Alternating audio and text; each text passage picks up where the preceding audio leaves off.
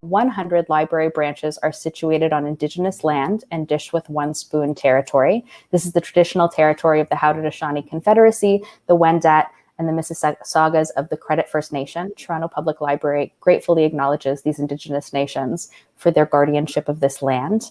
I want to be brief to get you all the ball rolling on the thing that you actually clicked here to see. But I want to tell you a couple of things first. For those of you who have never used Crowdcast, you'll see a chat on the right-hand side of your screen. Some of you are already using it. Chat with fellow audience members here. Tell them what you loved about this book. Tell them what your local branch is. If you have an actual question for our guests tonight, you should click that button next to the chat box that says ask a question, and you should put it there. You can vote for the question that you want to see answered the most. Next, and most importantly, right below where you see all of our faces, there's a big green button that says click here to buy Big Friendship. That link is going to take you to our very good friends at Ben McNally's bookstore. Ben's is one of our favorite indies here in Toronto. They ship nationwide. If you're not in Canada, you can get this book wherever it is you normally buy books, and we encourage you to do that. Retailers, but especially independent bookstores, need our love a little bit right now. And what better way to support than by buying this book at your local independent bookstore? And finally, if you want to know what else we have coming up at TPL, click that little culture icon in the top of your screen and hit follow. We have some really good stuff coming up, including a conversation with former broadcaster Marcy Ian talking about her new memoir, Off Script. We have the extraordinary Kylie Reid talking about her incredible debut, Such a Fun Age. And you can watch a replay of some of our previous conversations too. Chats with Otessa Moshfegh, Ocean Vuong, Salima Nawaz was here. There's good stuff, good quarantine content. And I'm going to turn you over to the people that you are here to see. Your host tonight is Nanaba Duncan. She's an award-winning broadcaster and advocate of underrepresented perspectives in journalism.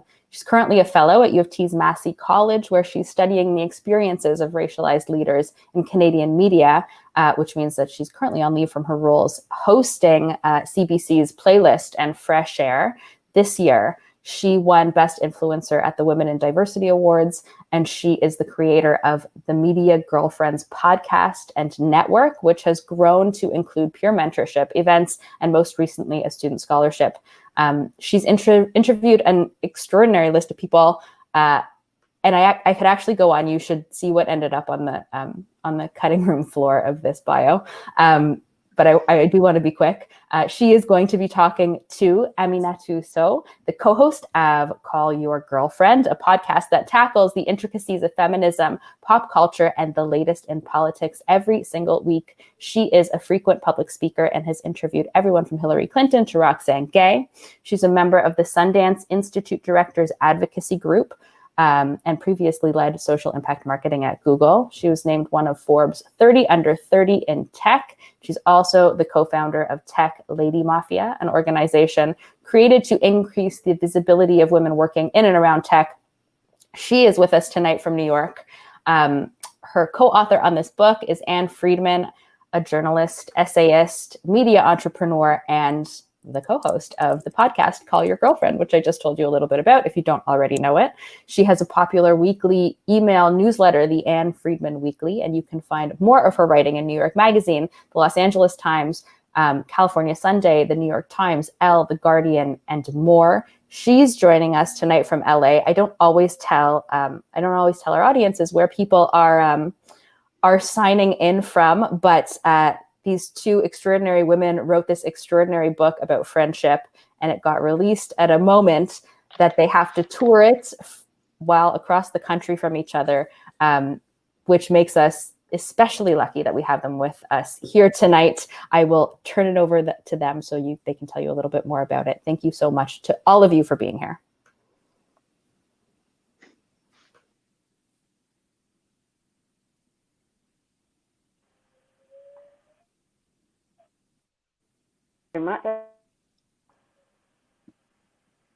You can hear me now, right? No. Thank you, Natalie, for that.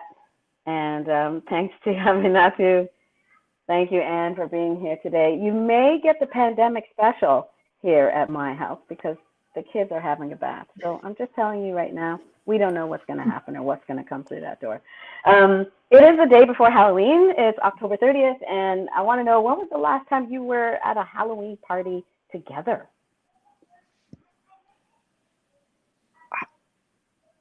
I really struggle. I don't think we've ever been to a Halloween party together. It's not a top holiday for us, I would say. Not a tier 1 holiday. Okay. Yeah, I don't do costumes or amateur drinking holidays, so no. And I like a costume, but only as a craft challenge. Only as a craft challenge. Okay.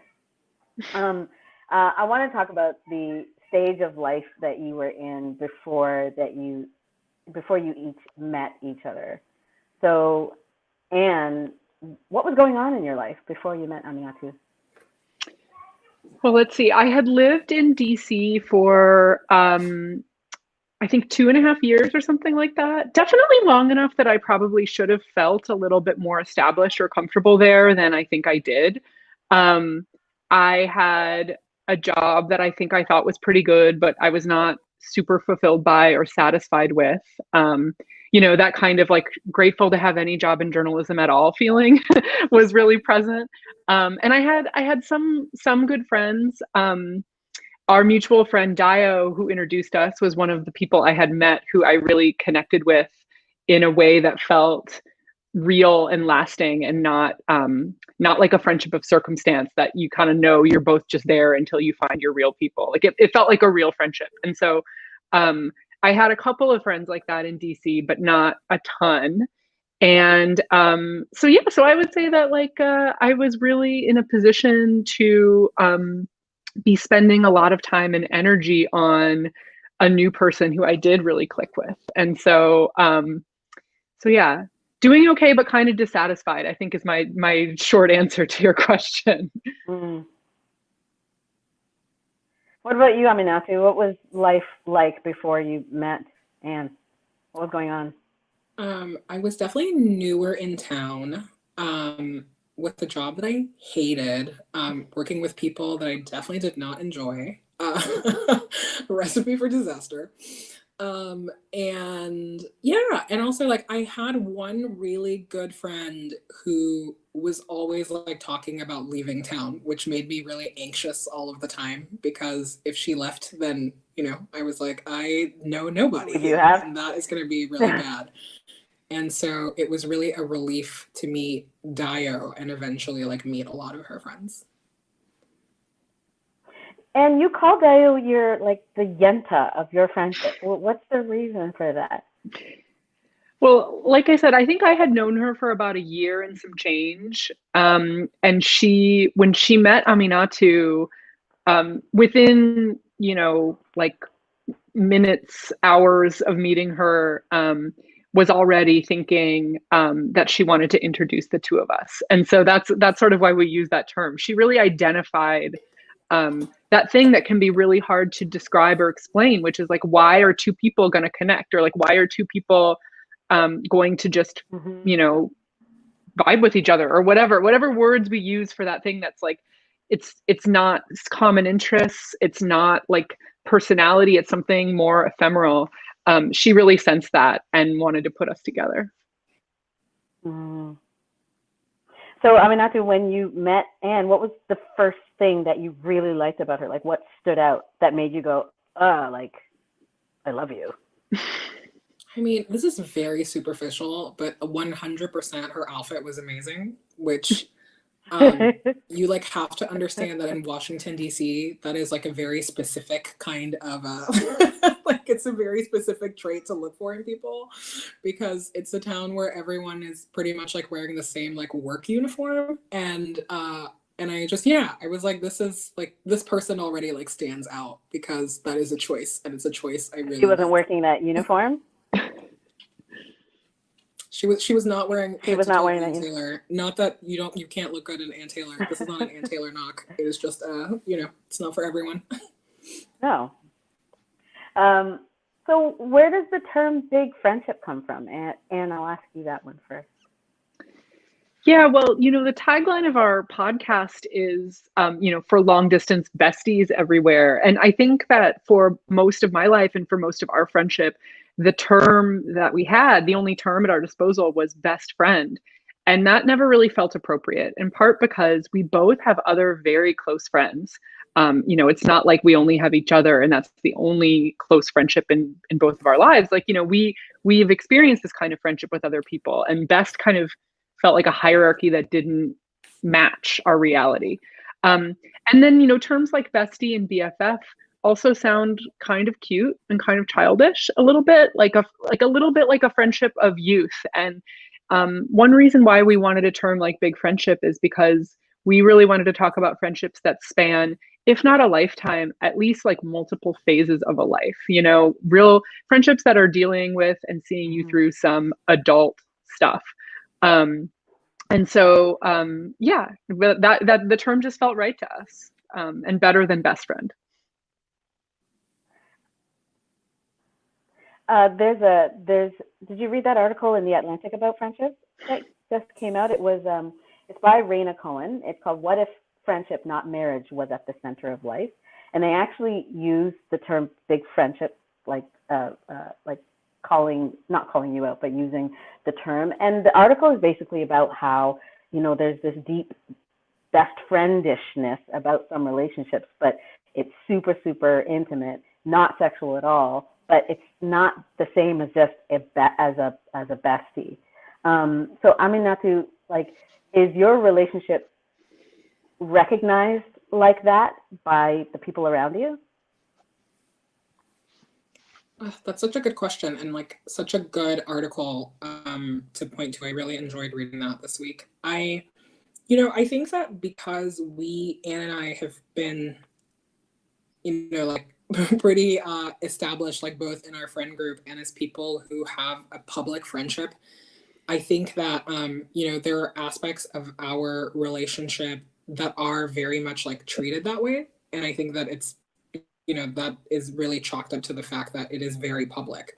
But I think that, dialing it back a little bit, I would say that it is not true that most people's relationships are treated the same way, because they're marriage is still in the hierarchy of, how do you get to be an adult, really, or be someone who is a little more established in the world. Romantic relationships and forming a traditional idea of a family is still a pretty important marker for a lot of people. And I would say that even in circles that think that they are very liberal, there is still this default towards coupling that a lot of times informs how we how we react to people. So something as simple as, I think about when people ask me how I'm doing, it is always a more astute kind of person who asks oh, how are the other important people in your life doing? And those people don't necessarily have to be a romantic partner, where they're oh, how is your relationship with so-and-so, who is someone that's very close to you? Or or the expectation when you show up to when you get a +1 at a wedding, and the expectation is that your social escort is also a romantic partner and not a friend. Yeah, so I would say that there's still a lot of work to be done there in really how seriously we treat these relationships. But I thought that you cite from The Atlantic and a couple of other things that people talk about give me a lot of hope, that this is it's a conversation that is more and more public and more important to people. In a way, you express that kind of intimacy of the friendship through writing in one voice, which is something I've never done before, reading to people in one voice. And at first, it's actually kind of weird. I was it kind of felt like there's these twins who refuse to separate. But then you start to recognize that it's this relationship that's talking. And then sometimes I'm that's Aminatou talking. That's Ann talking. So why did you decide to do that? I think for us to feel like we could be as honest as we wanted to be about our friendship, it was really important that we both um, we kind of come to an understanding with each other about what we were going to expose or divulge or how we were going to characterize things. And the we voice really helps with that.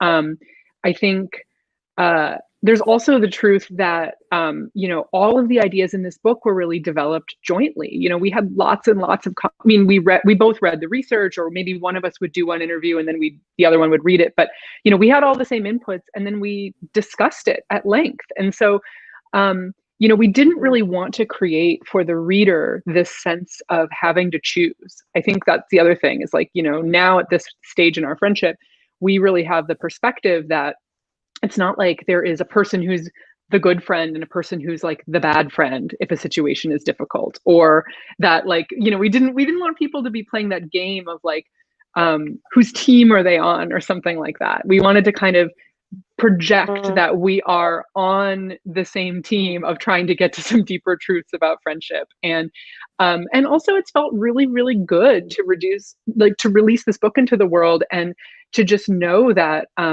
maybe you kind of have a sense of this is an Ann joke or this is an Aminatou insight, but at the end of the day, there's no way to do anything but credit both of us for the material. And I think that also felt important, that we really could truly jointly own the intellectual project that the book is. Aminatou, there's in one of the podcast episodes you say that so in the book you make a point of talking to experts and bringing them in, experts that talk about friendship and relationship. And Aminatou, you had said that you enjoyed having expert voices either confirm or totally shut down some of your assumptions. And I was curious about what were some of the assumptions that you may have made about friendship that you had to rethink because of what you learned from one of these experts. I think that when we decided that we were writing this book, we knew right away that we needed to talk to experts, because we had just never seen platonic bonds essentially studied seriously. And even just the act of knowing who is a person to talk to about how do people make friends, how long do friendships last, it was all of it was a real education for us, because there's not a solid a friendship institute or friendship studies or a real academic backbone for figuring this out. So it was really a puzzle of, okay, do we need to talk to a psychologist? Do we need to talk to a linguist? What are we trying to figure out here? And I think that in doing that, that's so telling though, isn't it? Oh, it was so telling. And I think that was honestly the first assumption that was shattered for me, was that there was a place to find any of this information at all. That I really thought okay, look up some studies, or do a quick Google, and the first 20 pages will yield some helpful stuff. And that was a very real wake-up call. But I think also just telling okay, things that we treat seriously as a society, we generally tend to also study very seriously, and we tend to have resources for. And this was just not the case here. And I think that really understanding that from the beginning meant that was really the framework with which to approach some of this work and approach some of this writing, and okay, maybe part of the problem here is that because we do not have these resources, people tend to feel very inadequate, in these kinds of relationships. Or people will tend to feel, or at least I will speak only for myself, that in some very defining friendship moments, my tendency was always to just think okay, I'm just a bad friend. This is why I can't figure out what my friend needs, or or figure out what the right thing to do is. But the minute that I understood oh, actually there's not anywhere to learn how to do this well, and there are no resources, and there's no one really there's not a place to turn to when you're in a difficult phase in this particular friendship. And that was a very eye-opening moment for me. Well, let's talk about the difficult phase. there is a part in the book where you're talking to the experts, or you learn this term, complementary schismogenesis, and it sort of helps to explain a little bit of what may have started to happen with you. So, Anne, can you describe what that means? Yeah, so this term comes from the linguist Deborah Tannen's book about communication patterns in friendships between women specifically. And it's sort of this idea that when you are feeling tension or, some kind of disconnect with a friend, rather than directly address it, you model the behavior that you want to see from them. So like the example that that she uses, that we use in the book, because it's really simple, is that it's two friends. One of them feels like one friend feels like the other friend is being like really overly loud, like maybe disruptive in the restaurant. And so she drops, rather than saying like, I feel awkward, or like, would you mind speaking a little more quietly, or something that is more direct, she drops her own voice, hoping that the friend will follow her lead. And the friend, hearing that her friend has dropped her voice, is like, oh, I need to speak up. It's like extra quiet in here now. And so she gets even louder. And then in this sense, like, two people who, rather than actually solve whatever the tension might be between them, end up moving further apart and kind of like, further into the roles that are aggravating each other. And obviously most friendship tension is not about speaking loudly in a restaurant. It's a more complex, like, how are you dealing with conflict, how are you dealing with a difficult thing in your personal life, and how's that affecting the friendship. But just the sense of, rather than addressing it, doing the thing you hope your friend will do and hoping they figure it out, felt really relatable to us from the period of time when we weren't connecting. And so yeah. It reminds me of something that is really familiar to a lot of people. This is like when you're in a chat with somebody and you write something and it takes them longer than normal to either respond, or when they do respond, it's like a little bit cooler or more chill than what you expect it to be. So then you're like, and then there's still like nothing, and and that is, I find that it's really cool to just learn a term for that kind of thing. But when you did know that there was tension, Aminatou, for you, how did you handle it at first? I mean, like, not well, I guess. Like, it's the honest answer. And I think it's why that example is actually so relatable. It's because, now with hindsight, it's like what you say is like, hey, this feels weird. Does that feel weird to you? But I did not know to do that. All I knew how to do was like fret about it in so many words and in so many different ways. And also, try to model what I thought needed to be done, And so we have this like there were so many moments of misconnection where either one of us thought that they were being the bigger person and they were really, like doing some like grand gesture overture, type thing. And you're like, is it a grand gesture if the other person doesn't even know that it's a gesture at all? That is I'm like, that's a question. And you have to tell us why you're laughing. I'm just laughing because now it sounds so silly.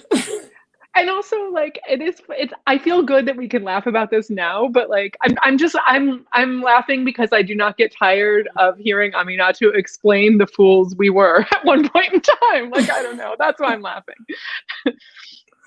Love to be a fool. So each of you made gestures that you each thought was big, and the other was just like not seeing it. Yeah, I mean, like, this is so recognizable, right? Where you think, even the texting example that you said is so this, where you're like, oh, like, I am extending myself. I just wrote this like a long text message.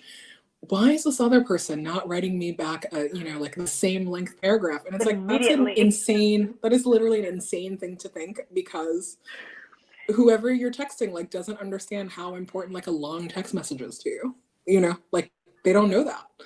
And so also sometimes on the other side, you get the long text message, you don't know how to respond at first. Yeah, I will speak only for myself. A long text message is the number one way to make me like be afraid of texting you back. You got to break it up into paragraphs.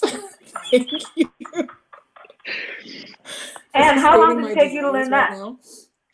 I'm not a paragraph texter by nature. So that we've had many struggles in this friendship, but this kind of like one person texts paragraphs and the other one doesn't has never been a problem between us. Put that in the column of things we have not had to deal with. So yeah, not so much an we issue. work out our feelings in email. Thank you. That's where we put long things that are going to take you a while to process. Yeah, email is for that. So, Anne, for you, what did the tension? When did you start to get that feeling about that tension? Like, ugh, like what? You know, when you get that feeling, like, oh my God, are we going to break? I think that there was a period of time when it existed almost constantly at a low level, you know, that just this kind of sense that like, I mean, and it's like, obviously this is not the only relationship I felt that in, but like, you know, things are not right with this person, or like I can kind of sense that I don't have the whole story, but also I'm too afraid or I don't know how to ask for the full story. And so I think that like, you know, I felt it in small ways, you know, when we had an exchange that like, maybe like should have been quick and easy or lighthearted, but it reminded me of something, or like, or, you know, sometimes when I could picture an alternate scenario of like, oh, maybe in the past, you know, this dinner together would have felt really different. Or, you know, like sometimes it was about the contrast between like the way things had been in our friendship before and then the way they felt in the moment. But I will say that like it is not something that even started to go away until we were able to like openly acknowledge with each other that we were both feeling that separately. You know, like that is like one truth for sure, that that any gesture I was making on my own, or anything I thought I could do without like directly addressing it, was just like was a fool's errand, you know. Like I really like, I wish I knew then what I knew now, which is like maybe try to say it more directly and don't be so scared to do that. I think one thing that I really took comfort in from the conversations we had with experts is that one communications researcher who has studied friendship said that you know, other kinds of intimate relationships, like whether it is a romantic partner or like a family member, there's an expectation that even if things get hard, they have to at least kind of try to work on it with you. And so it's less emotionally risky to bring it up when something isn't going well. And in friendship, there's no expectation that this person has to at least try, you know? And even though, like, if you'd interviewed me back then and said, do you think Aminatou will try with you? I would have said yes. It still felt extremely, extremely risky. And so when I heard the researcher say that, I felt lots of compassion for the friends we were in the difficult days. It is hard. Oh my goodness. So I'd like to talk about race. This is a close relationship between a Black woman and a white woman. And Aminatou, you talked about the significance of being introduced to Anne by a Black woman, by Dio. Why did that matter for you? I think it matters because you already know, you know, it was like, oh, this person already has more than one Black friend, which the statistic in America is that white people have definitely less than one Black friend. So, you know, I was like, Anne's already like batting above average. Mean zero, not half. Yeah, I mean, I think that for a lot of us, there is, you know, like a real understanding and like a real sadness to the fact that for a lot of the white people that you were friends with, that sometimes you are their only Black friend, and sometimes their only friend of color at all, which, you know, is very telling when you have conflicts that are rooted in race, because it's not a kind of conversation that they are used to having. And it is really painful, you know, to be the one who feels that you have to like kind of handhold someone through something as very basic as explaining your own lived experience. And so, you know, I think that when Dio was the one, not that I like registered that at the moment, you know, it wasn't like, okay, great, like this is like kind of what's going on here.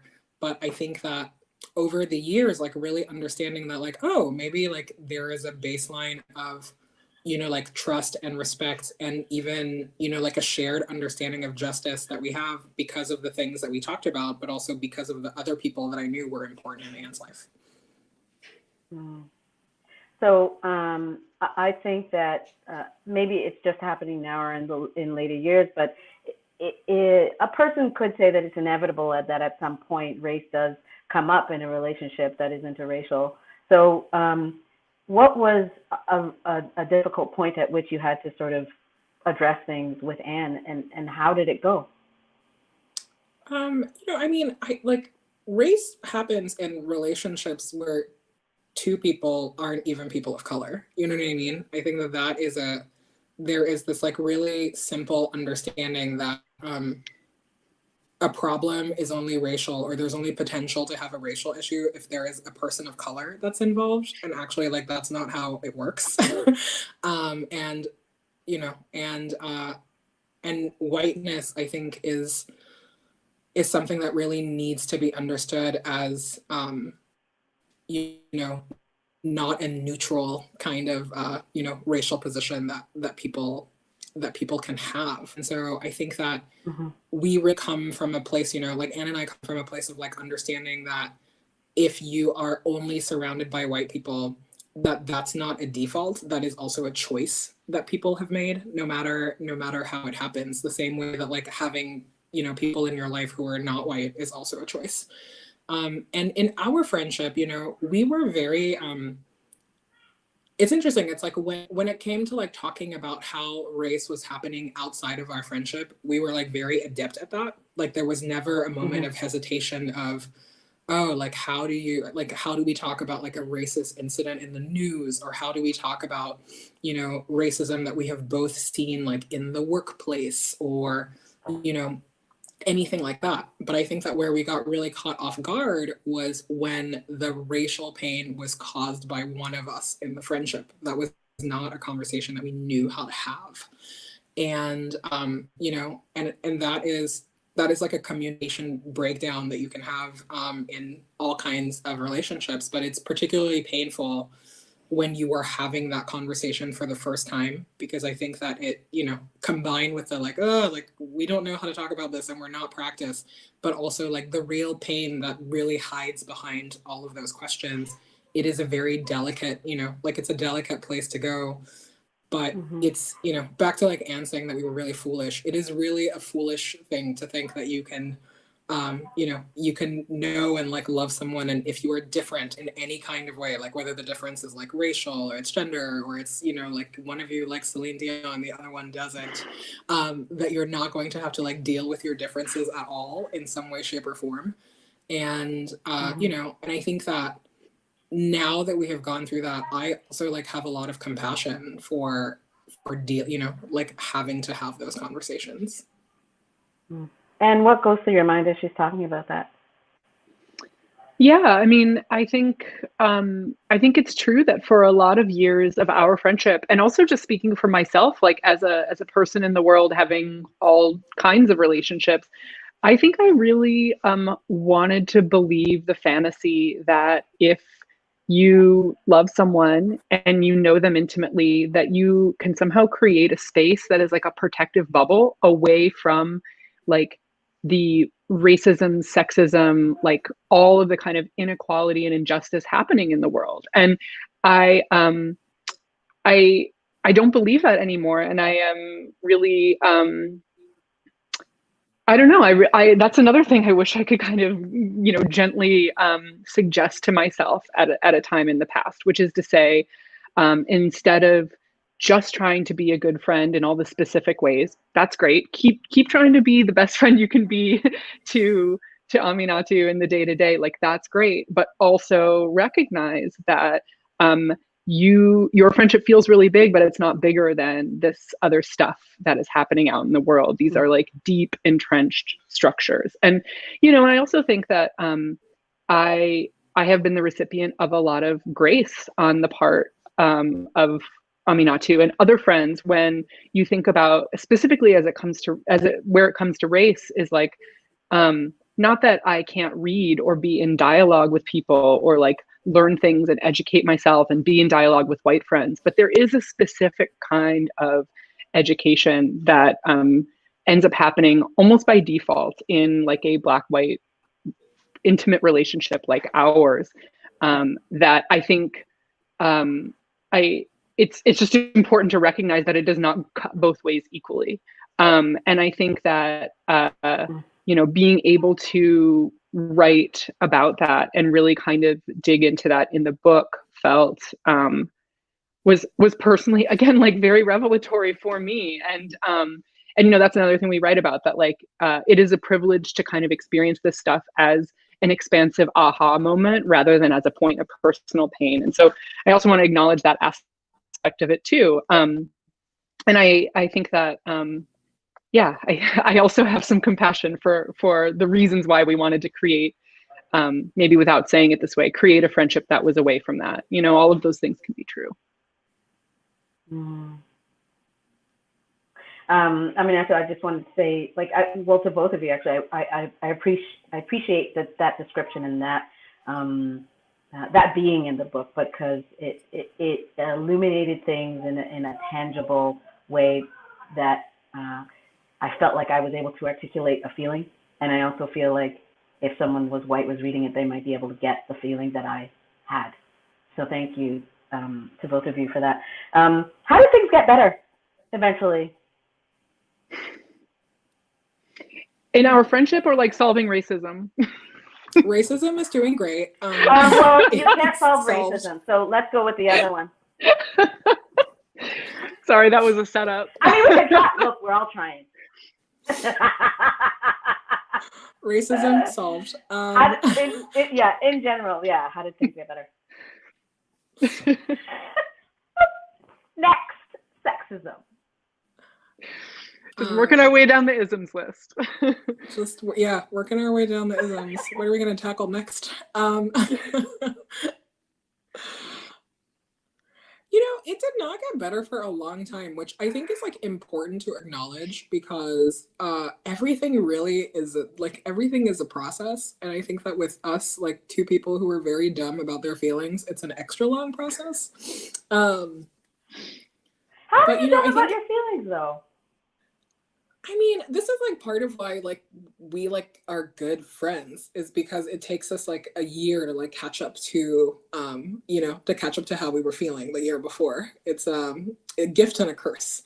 But I think that we just had to get to a place where we finally just said it to each other, because that's the other thing, right? Is that really understanding that you can be having a conversation with yourself, like for all you want, and understanding something and really wrestling with something and really angry and annoyed.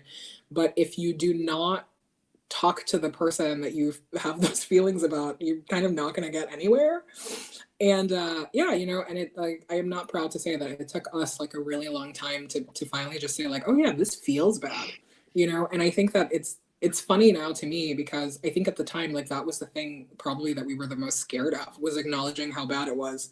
But the minute that you do that, it's actually kind of a relief, because, it means that whatever we are feeling is both like very valid, and now you can either choose to work on it or not. Mm-hmm.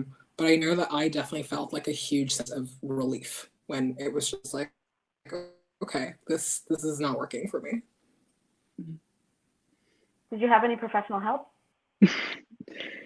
Yeah, so first there was a period of time where we thought we could fix it ourselves after we had made this acknowledgement, where we, I think we thought like through good effort or like, spending more time together, like that we could just kind of fix things. And it became clear after more time passed and we weren't really feeling like we were connecting, that maybe a professional could help us out. Like maybe having someone else in the room, or some constraints or some rules to how we were talking about both of our experiences would be helpful.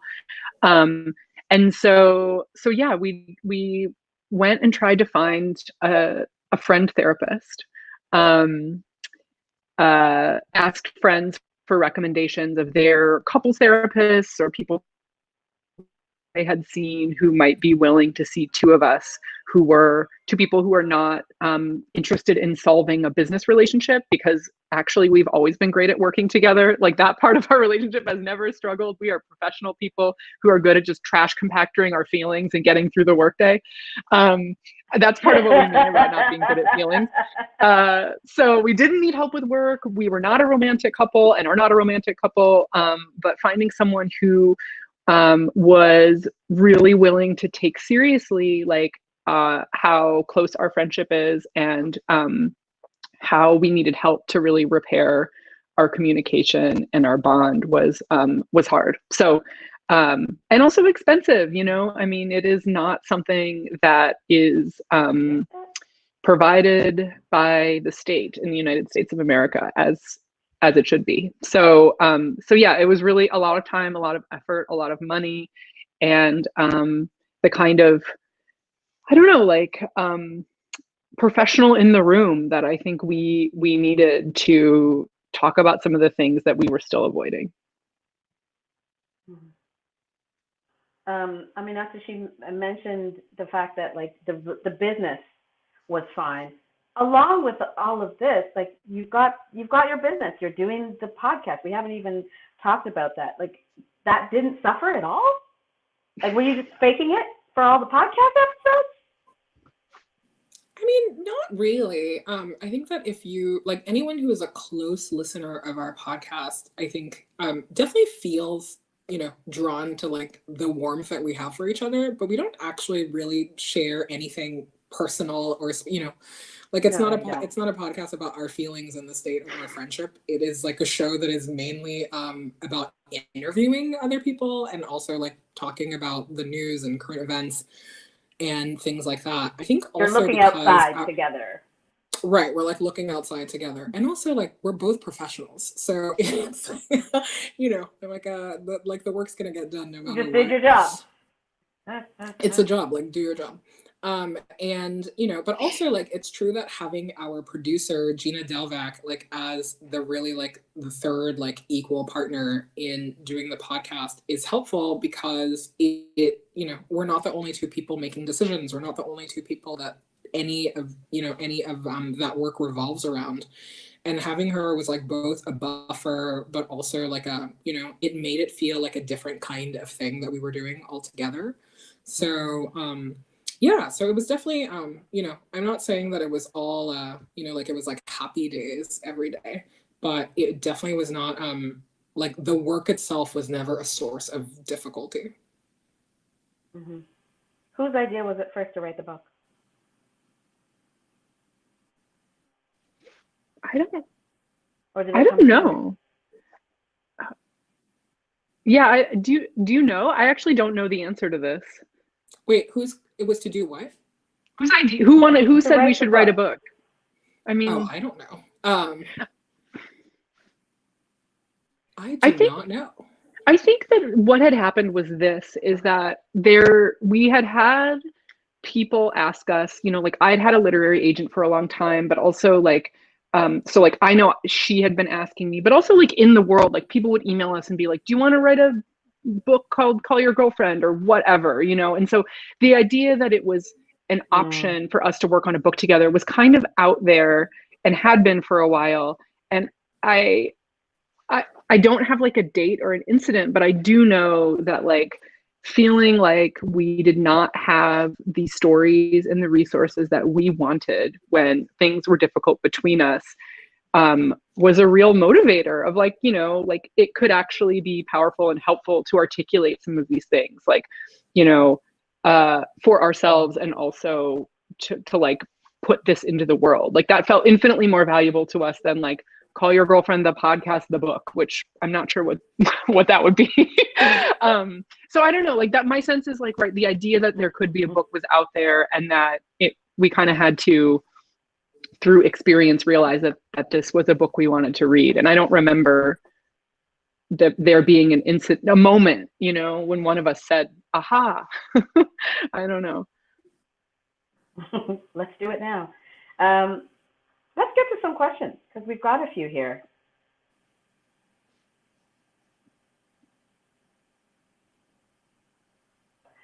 do you still see, this comes from Caitlin, do you still see your therapist together? If not, do you see yourself going back in the future? We are not currently in therapy, which kind of like, thankfully, yes. I'm like, can one juggle one more thing in a pandemic? Unclear. And in the future, yeah, I guess like I'm open to it. Yeah, who knows? Jess asks, my young daughter is an only child, and your book made me think a lot about my deepest hope for her, which is that she will find and nurture big friendships in her life. I think that the effort I put into my relationship with my big friend, Hyland, will help model that type of relationship for her. I'm interested in your thoughts on how women can lead by example in highlighting the value and benefit of these relationships to the next generation. Love this question. I feel like your child understanding how important Lynn is to you, or like understanding how important your big friends are, and like you know, like we tell people how important someone is to us by how we talk about them, and we can tell people that we are interested in friendship and think friendship is important by asking about it as well. You know, I think her modeling it is great, like saying like, okay, like I have these friends and I want my child to know my friends and know how important they are to me. Put their framed photos around the house, have them over for you know, holidays and milestones and rituals. But I also think that, you know, you can ask kids about their friendships and like take you know, children's friendships seriously too. I mean, I feel like when I was growing up, I experienced that mostly like in a fear-based way, where my parents were like, "Oh, is this person going to be a bad influence?" You know, like they communicated the power of friendship based on like worrying someone was going to, you know, influence me in the wrong direction. But I think that there's a way to positively reinforce that too, and just be like, "What do you like about your friend?" Like, you know, how long do you want to know your friend? Do you talk to your friend when things are hard or when you're upset with each other? I don't know. Like they're in the same way that we try to model healthy relationships in other contexts. I think there's both the doing and then there's also asking about it and reinforcing that with your questions and how you take interest. We'll go to, sorry, Aminatou, did you have a word or should I continue? No, I'm just laughing at your, you know, like thinking about friends as the bad influence, because I'm like, oh, we were the bad influence that other parents were asking about. So that's what I wanted to always tell my parents. I'm like, no, me, I'm the friends.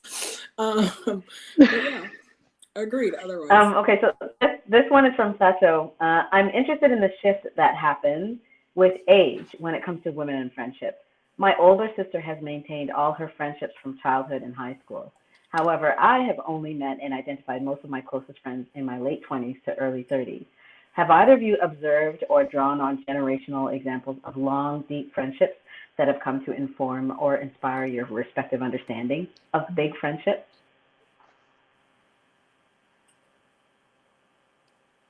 That's such a good question. You know, I don't know that I have enough like evidence to say like you know, that I think that that's a generational thing. I think that I find that more to be like a personality thing, less than a necessarily a generational thing. I also think that, you know, the like one thing that is true is that for people who are much older, the circle of people that they know is like much smaller, you know? And so when you think about just like the more like the kind of like more modern you are, the younger you are, your opportunities for meeting people are just like so much larger, you know? So the idea that you know, all you're carrying around is like childhood friends, I think that is like a dream of, you know, if you have like a much smaller like footprint, mostly with people. But I think it also depends, like some of that is very like personality based, or it's, you know, based on like a bunch of other circumstances. So I don't know that I can speak definitively to that. I will follow to that, which is, do either of you know of any other big friendships around you that are older? Oh, definitely. Definitely. And I think we write about this in the book a little, but like we both come from parents, mothers in particular, who are really, really good at like modeling, keeping in touch with people for us, like people who we both had moms like devoted letter writers, people who are like taking time to make the phone calls, like people who are really like showing that putting in the work for friendship is worth it. And, it's funny because sometimes, getting questions from people who say that this has been harder for them to like make or maintain friendships, which is something that I think like we're really aware of, that this is not a skill set that like, or like maybe like a personality inclination that is second nature for everyone. When we look at the fact that like we have this commitment to friendship in common, like our mothers are really to thank for that, and the models we had as children are really to thank for that in some ways. So I guess like that is kind of like in some way another generation's example. And I also like I draw a lot of inspiration and joy from my friends' other big friendships, like Aminatou's other big friendships. I'm like a nearby fan. I'm like, I love observing the way and like the insight I have into how she cares for her other big friends and how they care for her too. Natasha wants to know about your go-to snacks and if they have changed during the pandemic.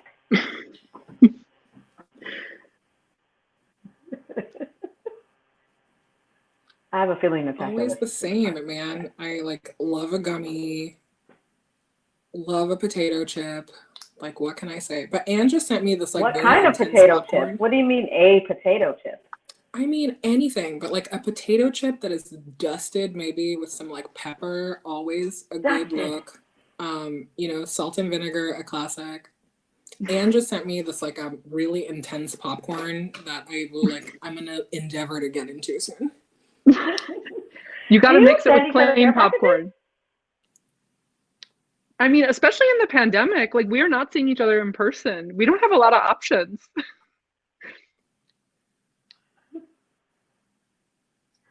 So I have a question here. This is just to end the show. I'm working right now on radio, apparently. I want to turn to that Atlantic article about friendship and quote what there's a historian named Richard Godbeer who was talking about American friendship years ago. And he said that American friendship years ago not only conferred personal happiness, but also nurtured qualities that would radiate outward and transform society as a whole. So how do you think friendships like yours could transform society?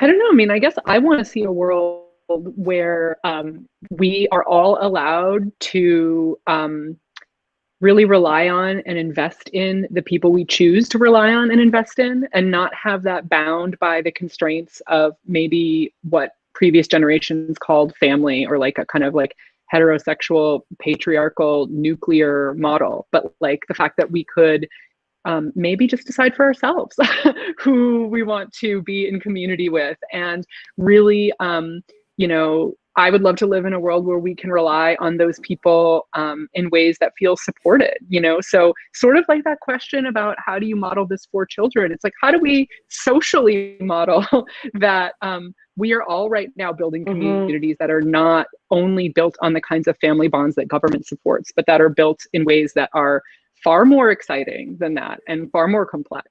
And I do think that centering friendship and really elevating friendship in the conversation to the place that it already holds in so many of our lives can really help decenter old ways of thinking about what is family, what is community, and what is support.